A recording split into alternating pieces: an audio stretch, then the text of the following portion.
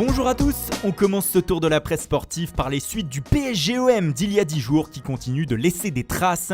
Hier, Ángel Di María a été convoqué devant la commission de discipline afin de s'expliquer après son crachat en direction du défenseur central de Marseille, Álvaro González. Et pour ce mauvais geste, l'Argentin a été sanctionné de 4 matchs de suspension. 4 matchs seulement, écrit le Parisien ce matin, qui se rend bien compte que le joueur du PSG l'a échappé belle. La sanction requise dans ce genre de cas est normalement de minimum 6 matchs. La semaine prochaine, ce sera au tour de Neymar et Álvaro González d'être convoqués par la commission. Mais là, les faits sont encore plus graves. Les deux hommes sont accusés d'insultes racistes et homophobes pour le Brésilien. Si cela venait à être prouvé, les sanctions pourraient être plus lourdes.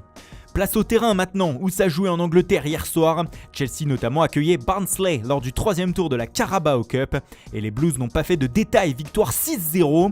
Un homme s'est mis en évidence, c'est Kai Havertz, la pépite allemande achetée au Bayer Leverkusen cet été. Ce dernier a inscrit un triplé, ouvrant son compteur but avec le club londonien et s'affichant en une de plusieurs journaux anglais ce matin. Le Daily Telegraph par exemple, le Guardian aussi est sous le charme de l'électrique Kai Havertz qui a qualifié Chelsea. On retrouve aussi l'allemand en une du Times ou encore du Daily Mirror qui revient plus généralement sur les cartons réalisés par les clubs de Premier League hier soir.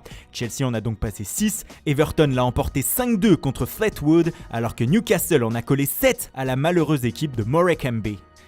Hier soir également, c'est enfin tombé, Luis Suárez n'est plus un joueur du FC Barcelone. Le club catalan a annoncé hier sur les réseaux sociaux qu'un accord avait été trouvé avec l'Atlético de Madrid pour le transfert de son attaquant. Ce dernier est envoyé à Madrid contre 6 millions d'euros. Ce matin, la presse catalane lui rend hommage et lui dit adieu, comme ici Mundo Deportivo. Suárez fera une conférence de presse d'adieu ce midi à Barcelone avant d'être présenté demain à l'Atlético.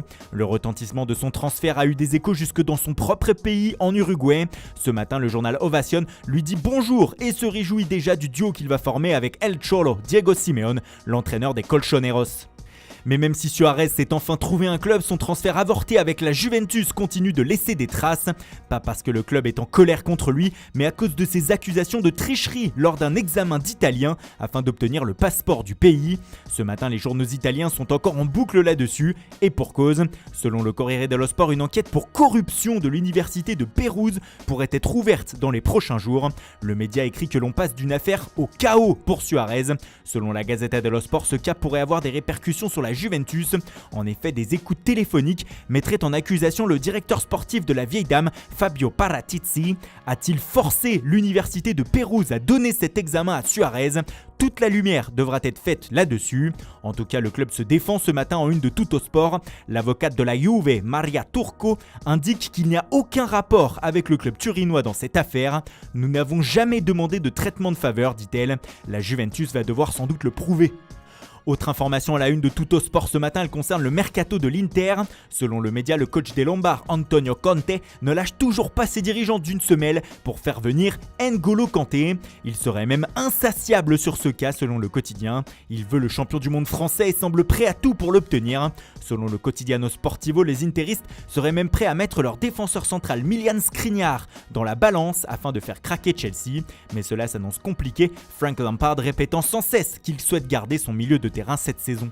Et on termine toujours en Italie avec une autre information mercato qui nous vient de l'édition romaine du Corriere dello Sport. Selon le média, la Lazio pourrait être une porte de sortie possible pour le milieu offensif du Paris Saint-Germain, Julian Draxler. Le club parisien serait évidemment d'accord pour le vendre, lui qui cherche à s'en débarrasser. Mais l'obstacle principal du club italien dans ce dossier, c'est le salaire de l'Allemand qui est très élevé, ce qui pourrait faire capoter l'idée.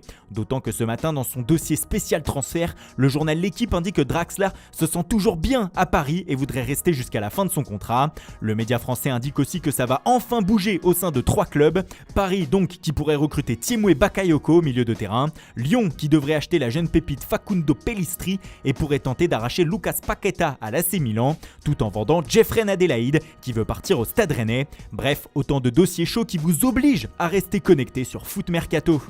Voilà, c'est tout pour ce matin, merci pour votre fidélité, bonne journée à tous et rendez-vous dès ce soir pour un nouveau journal du Mercato.